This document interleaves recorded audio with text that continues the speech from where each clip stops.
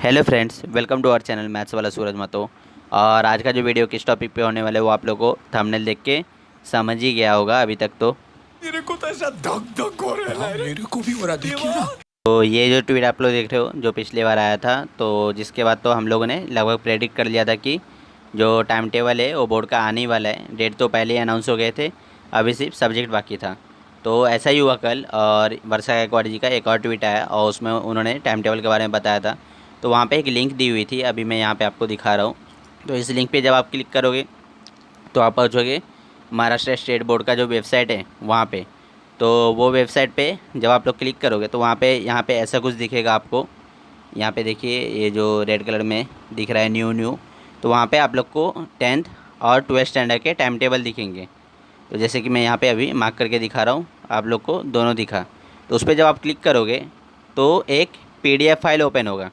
जैसे कि यहाँ पे जो ये 10th वाला है इस पर मैंने क्लिक किया है तो ये 10th का PDF फाइल ओपन हुआ है। तो इसमें आप लोग देखोगे तो इसमें सारे डेट्स दिए, कौन से डेट पे कौन सा पेपर है वो दिया है, फर्स्ट लैंग्वेजेस, सेकेंड लैंग्वेजेस और फिर थर्ड लैंग्वेजेस के बारे में।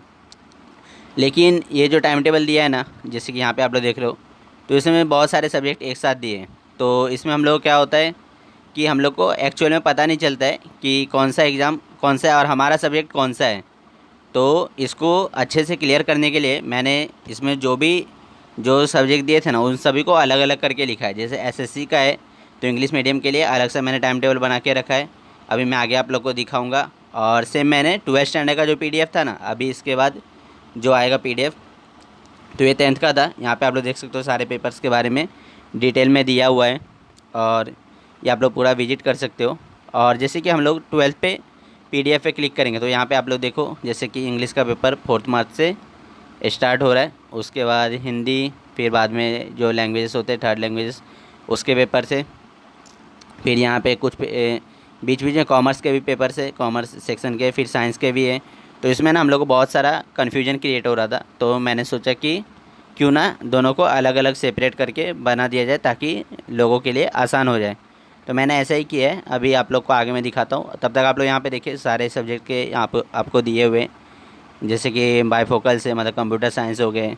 और यहाँ पे जब आप लोग लास्ट वाले PDF में जाओगे ना, जो सबसे लास्ट वाला है, तो वहाँ पे आप लोग को नीचे देखना पड़ेगा, क्योंकि इन लोगों ने जो इन्फॉर्मेशन टेक्नोलॉजी जो सब्जेक्ट है ना IT का, तो वो इन्होंने टाइम टेबल में ऐसा डायरेक्ट दिखा नहीं है।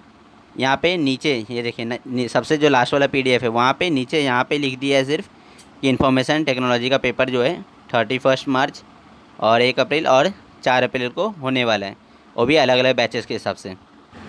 तो मैंने जो स्टेट बोर्ड के वेबसाइट वाले PDF था उसको रेफ़र करके यहाँ पे 10th स्टैंडर्ड का जो टाइम टेबल बना है, ये जो टाइम टेबल में अभी आप लोगों को स्क्रीन पे दिख रहा है ये इंग्लिश मीडियम के लिए।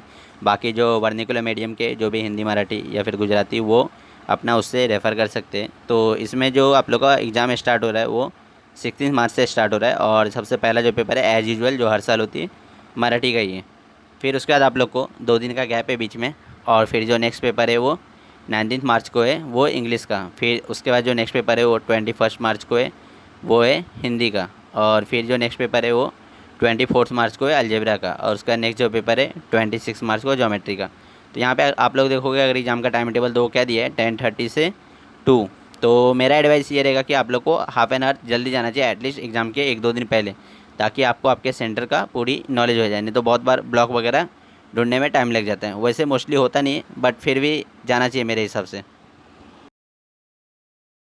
तो ज्योमेट्री के बाद जो नेक्स्ट पेपर है वो 28 मार्च को है, वो है साइंस एंड टेक्नोलॉजी पार्ट 1 का। और फिर जो नेक्स्ट पेपर है वो 30 मार्च को है, 30 मार्च को वो है साइंस एंड टेक्नोलॉजी पार्ट 2 का। फिर 1 अप्रैल को आपका हिस्ट्री का पेपर है और 4 अप्रैल को ज्योग्राफी का। तो आप लोग देखोगे तो आप लोग को कम से कम एटलीस्ट 2 और 3 डेज या फिर 1 डे का तो गैप मिला ही है। तो बहुत लोग क्या सोचते हैं कि ये गैप मतलब बहुत अच्छा होता है, इसमें हम लोग पूरा का पूरा पढ़ लेंगे, बट एक्चुअली में ऐसा होता नहीं है, क्योंकि हम लोग अच्छे से पूरी रिवाइज भी नहीं कर पाते इतने कम टाइम में। और हम आप लोग पहले से पढ़े रहोगे तो ज़्यादा अच्छा रहेगा। तो इसलिए ये गैप को देख के ज़्यादा खुश मत होना, क्योंकि एक्चुअल में हम लोग वहाँ पे उस टाइम पे उतना ज़्यादा पढ़ नहीं पाते, हम लोग रिवाइज अच्छे से कर सकते हो गैप का, वो फ़ायदा उठा सकते हैं हम लोग। तो ये जो PDF है ना, इसका लिंक मैं अपने यहाँ पे डिस्क्रिप्शन में दे दूँगा, या फिर आप लोग मेरे इंस्टा फिर फेसबुक के वेबसाइट से आप लोग उठा सकते हो ये जो PDF है। और फिर जो नेक्स्ट PDF मैंने बनाया है वो साइंस वालों के लिए HSC मतलब 12th स्टैंडर्ड साइंस वाले जो है महाराष्ट्र बोर्ड के उनका, तो उनका जो पेपर स्टार्ट हो रहा है 4 मार्च से स्टार्ट हो रहा है। और पहला जो पेपर है इंग्लिश का है लैंग्वेज, फिर उनको गैप है 1 दिन का। और फिर मतलब जो हिंदी वाले रहेंगे उनके लिए तो गैप है नहीं, या फिर मराठी वाले रहेंगे तो उनके लिए भी ज़्यादा नहीं है, क्योंकि बहुत सारे लोग क्या करते हैं हिंदी और मराठी ड्रॉप कर लेते हैं। तो उन लोग के लिए यहाँ पे फ़ायदा हो जाएगा, जिन्होंने नहीं किया है ड्रॉप तो उन लोग को 5th और 7th को भी एग्ज़ाम रहेगा। और इसके बाद जो उनका नेक्स्ट जो पेपर है तो वो होगा फिजिक्स का।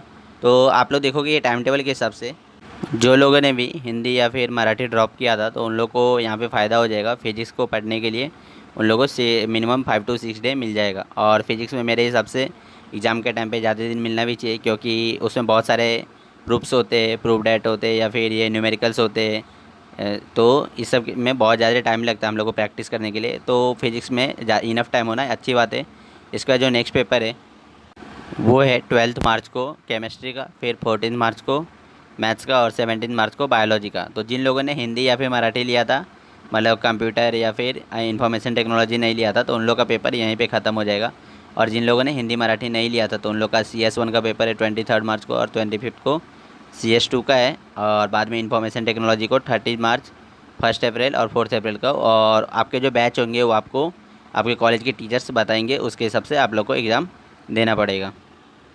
तो ये वाले PDF का भी जो लिंक है तो मैं उसको आपको डाल दूंगा आप मेरे डिस्क्रिप्शन में, तो आप लोग वहाँ से डाउनलोड कर सकते हो। इसके पास जो हम लोग अगले पेपर पे जाएंगे तो कॉमर्स सेक्शन का हम लोग देखते हैं। तो नेक्स्ट जो PDF मैंने बनाया है कॉमर्स सेक्शन का, आप लोग देख रहे हो यहाँ पे उसका टाइम टेबल, तो उसका 4 मार्च से स्टार्ट होगा। उन लोग का पहला पेपर जो है इंग्लिश का है, फिर 5 मार्च को हिंदी का पेपर है सेम साइंस वालों के जैसा, फिर 7 मार्च को मराठी का। इसके बाद जो 9 मार्च का पेपर है तो जो कॉमर्स में जो भी सब्जेक्ट है जैसे कि OCM है तो उसका पेपर है। और 11 मार्च का SP जो कि उनको एक सब्जेक्ट होता है सेक्रेटरियल प्रोसेस करके, उसका पेपर है। फिर जो नेक्स्ट पेपर है उन लोगों का 14 मार्च को मैथ्स का है, और 19 मार्च को इकोनॉमिक्स का, फिर 21 मार्च को बुक कीपिंग का। और टाइम जो है यहाँ पे आप लोग देख सकते हो, मतलब कुछ कुछ अलग है यहाँ पे। और फिर बाद में 30 जो IT का टाइम टेबल है वो सेम साइंस के जैसा ही है, तो आप लोग देख लो। तो ये था कॉमर्स का, और इसका भी मैं जो PDF का लिंक है वो मेरे डिस्क्रिप्शन बॉक्स में डाल दूँगा, तो आप लोग वहाँ से डाउनलोड कर सकते हो। तो ये तो सारी रही टाइम टेबल। अभी जैसे ही ये आया होगा तो बहुत सारे लोग होंगे वो डर गए होंगे क्योंकि उन्होंने अच्छे से पढ़ाई नहीं की होगी। तो मैं बताना चाहूँगा कि आपके पास अभी भी टाइम से जो भी 2-3 महीने आपके पास बचे उसको आप अच्छे से यूटिलाइज कर सकते हो। और अगर आप लोग मेहनत करोगे तो उसका फल आप लोगों को ज़रूर ही मिलेगा। और मेरे हिसाब से तो आप लोगों को पढ़ना चाहिए। बहुत सारे लोग ऐसा एक्सक्यूज़ देंगे कि अरे हम क्यों पढ़े, अभी तो ओमनी कोरोना आ रहा है ना, तो उसके वजह से तो एग्ज़ाम कैंसिल ही हो जाएगा। तो वो एग्ज़ाम कैंसिल होगा नहीं होगा, ओमनी कौन आएगा, 3rd वेव आएगा कोरोना का, वो हमारे हाथ में नहीं है। हमारे हाथ में क्या है कि हम लोग अच्छे से पढ़ाई कर सकते हैं। तो मेरे हिसाब से आप लोग को पढ़ाई करना चाहिए और बोर्ड के लिए प्रिपेयर रहना चाहिए। और जो लोग सोच रहे होंगे ना कि ऑनलाइन, अरे जैसे 10th वालों का ऑनलाइन दे के पास हो गए हम लोग, 11th दे पास हो गए, वैसे ये भी हो जाए, तो मेरे हिसाब से वो सही नहीं है। क्योंकि आप लोगों को लाइफ में हर चीज़ का एक्सपीरियंस लेना चाहिए। बोर्ड जो 10th और 12th का हम लोग देते हैं ना, तो वो एक्चुअली में हमारे लिए एक एग्ज़ाम होता है, जो कि हम लोग को उससे बहुत सारी चीज़ें सीखने के लिए मिलती है। उसमें हम लोग को मतलब हम लोग खुद को प्रूफ कर रहे होते हैं दुनिया को, तो ये सारी एक्सपीरियंस आप लोग को मिलती है बोर्ड एग्ज़ाम से। तो मेरे हिसाब से तो आप लोगों को पढ़ाई करनी चाहिए, और आई होप आप लोग पढ़ोगे और अच्छे मार्क्स लाओगे। और आपको ये वीडियो अच्छा लगा, जो भी मैंने टाइम टेबल बताया वो अच्छे से समझा, तो प्लीज़ लाइक करें, सब्सक्राइब करें, अपने फ्रेंड को भी शेयर करें, उन्हें भी बेनिफिट मिलना चाहिए। Thank you.